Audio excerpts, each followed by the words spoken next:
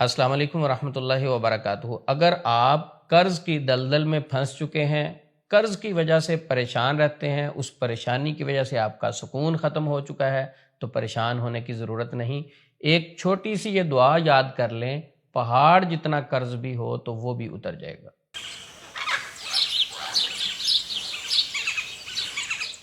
आप देख रहे हैं Usman Yazmani official YouTube channel peace and light.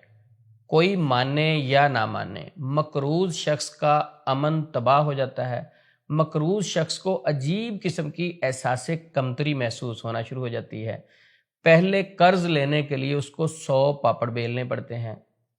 कर्ज वक़्त पर वापस ना करने की सूरत में उसको तौहीन अमेज जुमले सुनना पड़ते हैं। इस सूरत में मकरूज शख्स जिसने कर्ज लिया हुआ दूसरे शख्स से छुपना शुरू कर देता है और अजीबो गरीब किस्म के जब वसवसे आते हैं, परेशानी आती है और वो अजीब फीलिंग्स में जाता है तो फौरी शैतान भी आ जाता है। शैतान उस पर हमले करता है, मुख्तलिफ वसवसे डालना शुरू करता है। तुम्हारे ऊपर कर्ज है, अपनी इज्जत बचाओ, अपनी इज्जत नफ्स बचाओ, उसके लिए तुम कोई डकैती कर लो, चोरी कर लो, किसी का हक मार लो कोई, और इस तरफ शैतान वसवसे डालना शुरू कर देता है। और दूसरा, नफ्स की तरफ से भी इस तरह के अजीबो गरीब वसवसे आना शुरू हो जाते हैं, क्योंकि नफ्स को भी बार बार जुमले सुनना पड़ते हैं, मजलिस में बैठ के, महल्ले में बैठ के, रिश्तेदारों में बैठ के।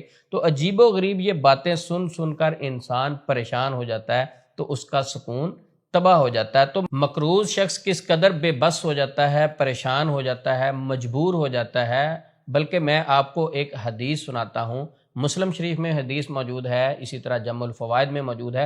इस हदीस का मफहूम आपके सामने रखता हूँ, आप सुनकर हैरान हो जाएंगे। उबादा बिन सामत रज़ी अल्लाह ताला अन्हो अपने वालिद मोहतरम के साथ अंसार कौम के पास गए इल्म हासिल करने के लिए। उबादा बिन सामत रज़ी अल्लाह ताला अन्हो कहते हैं कि सबसे पहले हमें वहाँ नबी सल्लल्लाहु अलैहि वसल्लम के सहाबी अबुल यसर रज़ी अल्लाह ताला अन्हो मिले। उनके साथ उनका एक गुलाम भी था। अबुल यसर रज़ी अल्लाह ताला अन्हो के चेहरे पर कुछ गुस्से के आसार थे। तो उबादा बिन सामत रज़ी अल्लाह ताला अन्हो कहते हैं कि मेरे वालिद मोहतरम ने अबुल यसर रज़ी अल्लाह ताला अन्हो से कहा, ए चाचा जान, आपके चेहरे पर गुस्से के आसार क्यों हैं? तो उन्होंने अजीब वाक़या सुनाया। कहते, एक शख्स को मैंने उधार रकम दी थी, पैसे दिए थे कर्ज के तौर पे। मैं उस शख्स के घर गया कर्ज लेने के लिए। जब मैंने उसके घर पर जाके पूछा कि वो कहाँ है, तो घर वालों ने बताया कि वो घर पर मौजूद नहीं है। इतनी देर में उसी घर से एक नादान बच्चा निकला, उन्हीं का बेटा निकला। तो उससे पूछा, बेटा आपके वालिद साहब कहाँ हैं? तो उसने बताया कि अब्बा जान आपकी आवाज़ सुनकर वालिदा के कमरे में चले गए। ये बात सुनकर अबुल यसर रज़ी अल्लाह ताला अन्हो को गुस्सा आया कि ये घर पर मौजूद हैं और मुझे गलत गाइड कर रहे हैं कि वो घर पे नहीं है। तो अबुल यसर रज़ी अल्लाह ताला अन्हो ने ऊंची आवाज़ से आवाज़ दी कि बाहर आ जाओ, मुझे मालूम है इस वक्त तुम कहाँ मौजूद हो। इतने में वो शख्स निकला घर से और बाहर आ गया अबुल यसर रज़ी अल्लाह ताला अन्हो के पास। कहते, मैंने उससे पूछा, किस चीज़ ने तुझे छुपने पर मजबूर कर दिया? तो उसने बड़े प्यारे जुमले कहे। उसने कहा, सबसे पहली बात है कि मैं तंग दस्त हूँ। तो अबुल यसर रज़ी अल्लाह ताला अन्हो के दिल में भी एहसास था। तो अबुल यसर कहते हैं कि अल्लाह की कसम वाक़अतन तू मजबूर है? उसने कहा, मैं मजबूर हूँ। मैं बाहर इसलिए नहीं आया, आपसे मुलाकात नहीं की कि मुझे खौफ था, मुझे डर था कि मैं बाहर निकलूंगा, आपसे झूठ बोलूंगा, वादा करूंगा तो वादे की खिलाफ वर्जी हो जाएगी, क्योंकि वो चीज़ तो मेरे पास है ही नहीं। मैं अगर वादा कर लूँ 2 दिन का, 3 दिन का, तो मैं वो आपको दे नहीं सकता। तो इसलिए मैं आपका सामना नहीं कर पा रहा था, मैं आपके पास बाहर नहीं आया।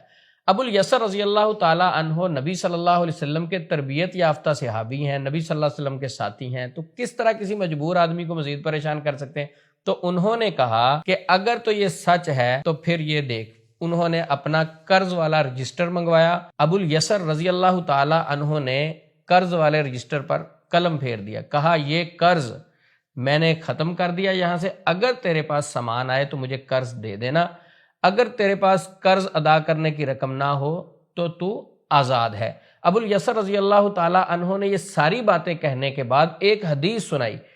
तो ये हर उस शख्स को हदीस जहन में रखनी चाहिए। नबी मुकर्रम सल्लल्लाहु अलैहि वसल्लम का फरमाने आली शान है, अगर कोई शख्स मकरूज शख्स को मोहलत देता है या उसका कर्ज माफ़ कर देता है, कल क़यामत के दिन अल्लाह रब्बुल इज़्ज़त उसको अपने साए में रखेंगे। تو قرض جو ہے اگر کوئی شخص آپ سے لے لیتا ہے تو وہ مجبور ہے، پریشان ہے، تو اس کو مہلت دینی چاہیے۔ کچھ لوگ تو ویسے قرض لیتے وقت نیت کرتے ہیں کہ میں نے یہ قرض واپس نہیں کرنا، ایسے شخص کو تو مہلت نہیں دینی چاہیے۔ اس کی تو نیت ہی یہ ہے کہ میں نے قرض پر ہی گزارا کرنا، محنت نہیں کرتا، اس سے 4 پیسے پکڑے، اس سے پکڑے، اس سے پکڑے، اس کا تو کام یہ تو یہ اندازہ ہو جاتا ہے۔ اگر کوئی واقعتاً نیک آدمی ہے، شریف آدمی ہے، اس نے قرض لیا اور وہ نہیں دے پا رہا، مجبور ہے، تو اس کو مہلت دینی چاہیے، کیونکہ دنیا میں سارا کچھ نہیں ہے، کچھ ہم نے آخرت میں بھی لے کے جانا ہے۔ بلکہ نبی صلی اللہ علیہ وسلم کی حدیث ہے کہ اگر کوئی شخص قرض لیتا ہے اور وہ واپس کرنے کی نیت بھی رکھتا ہے تو اللہ رب العزت کی طرف سے اس شخص پر ایک مددگار مقرر کر دیا جاتا ہے، اور اللہ رب العزت اس شخص کے لیے رزق کے اسباب بھی پیدا کرتے ہیں۔ تو لہٰذا قرض لیتے وقت نیت یہ رکھیں کہ میں نے واپس کرنا ہے، اگر پکی نیت ہو تو اللہ کی مدد بھی شامل ہو جاتی ہے۔ اسی طرح ایک غلام شخص جس نے پیسے دے کر آزاد ہونا تھا، اس کا کیا ہوا وعدہ قریب آ چکا تھا، دن تھوڑے تھے، پریشان ہو کے حضرت علی رضی اللہ تعالی عنہ کے پاس آیا۔ میں اپنے اس وظیفے کی طرف آ رہا ہوں جو خاص وظیفہ مقروض شخص کے لیے آج کی ویڈیو میں بتایا جائے گا۔ آ کر عرض کی حضرت علی رضی اللہ تعالی عنہ سے کہ میں بہت پریشان ہوں۔ تو حضرت علی رضی اللہ تعالی عنہ نے فرمایا کہ کیا میں تمہیں وہ دعا نہ سکھاؤں جو نبی مکرم صلی اللہ علیہ وسلم نے مجھے سکھائی، اور فرمایا کہ اگر کسی پر پہاڑ کے برابر قرض بھی ہوگا تو وہ بھی اتر جائے گا۔ کتنی ہی پیاری وہ دعا ہوگی جو نبی مکرم صلی اللہ علیہ وسلم کی زبان اطہر سے نکلی ہوگی، وہ الفاظ کتنے ہی خوبصورت، بابرکت اور پاورفل ہوں گے جو نبی مکرم صلی اللہ علیہ وسلم کی زبان اقدس سے نکلے، اور اس کے بعد حضرت علی رضی اللہ تعالی عنہ آگے پہنچا رہے ہیں، وہی دعا ہم تک پہنچی ہے۔ تو اگر آپ قرض کے بوجھ میں دب چکے ہیں، قرض کی دلدل میں پھنس چکے ہیں، تو پریشان نہ ہوں، اللہ کی مدد کا سوال بھی کریں، اور یہ مسنون دعا کثرت سے پڑھنا شروع کر دیں، چلتے پھرتے پڑھنا شروع کر دیں، ہر نماز کے بعد کثرت سے پڑھیں۔ وہ دعا کیا ہے؟ اللہم اکفنی بحلالک عن حرامک وَأَغْنِنِي بِفَضْلِكَ عَمَّنْ سِوَاكَ۔ یہ دعا میں دوبارہ دہرا دیتا ہوں، اگر آپ کے پڑھنے میں مشکل پیش آتی ہے تاکہ آپ کے لیے آسانی ہو جائے۔ اللہم اکفنی بحلالک عن حرامک وَأَغْنِنِي بِفَضْلِكَ عَمَّنْ سِوَاكَ۔ یہ دعا آپ چلتے پھرتے بھی پڑھیں، ہر نماز کے بعد بھی پڑھیں، کثرت سے اس دعا کو پڑھنا شروع کر دیں۔ تو میرا ذاتی مشورہ ہے کہ مقروض شخص کو ذرا تہجد کی نماز کی بھی پابندی کرنی چاہیے، تہجد کے وقت دعا کریں، کیونکہ اس وقت تو اللہ رب العزت خود آ کے بار بار پوچھ رہے ہوتے ہیں، کوئی ہے پریشان؟ اللہ رب العزت پہلے آسمان پر آ کے صبح کے وقت فجر سے پہلے تہجد کے ٹائم خود پوچھتے ہیں۔ تو اس وقت اپنی پریشانی اپنے اللہ کے سامنے رکھیں، اپنے رب کے سامنے رکھیں۔ یقیناً اللہ رب العزت جس کی مدد کریں وہ پریشان نہیں رہ سکتا، اللہ رب العزت کی رحمت جس شخص پر ہو جائے وہ کبھی پریشان نہیں رہ سکتا۔ تو یہ دعا مقروض شخص کثرت سے پڑھے، کوشش کرے ہر انسان کے وہ قرض نہ لیا جائے۔ اگر قرض آپ لے لیتے ہیں تو اس وقت نیت یہ آپ کی ہونی چاہیے کہ میں نے قرض واپس کرنا ہے۔ نبی صلی اللہ علیہ وسلم کی حدیث کے مطابق آپ کے رزق کے اسباب بھی اللہ رب العزت پیدا کرتے ہیں، اور اللہ کی طرف سے مددگار بھی آپ پر مقرر ہو جاتا ہے۔ تو لہٰذا اپنی نیت کو صاف کرتے ہوئے یہ دعا کثرت سے پڑھنا شروع کریں، اللہ رب العزت اپنے غیب کے خزانوں سے ضرور مدد فرمائیں گے۔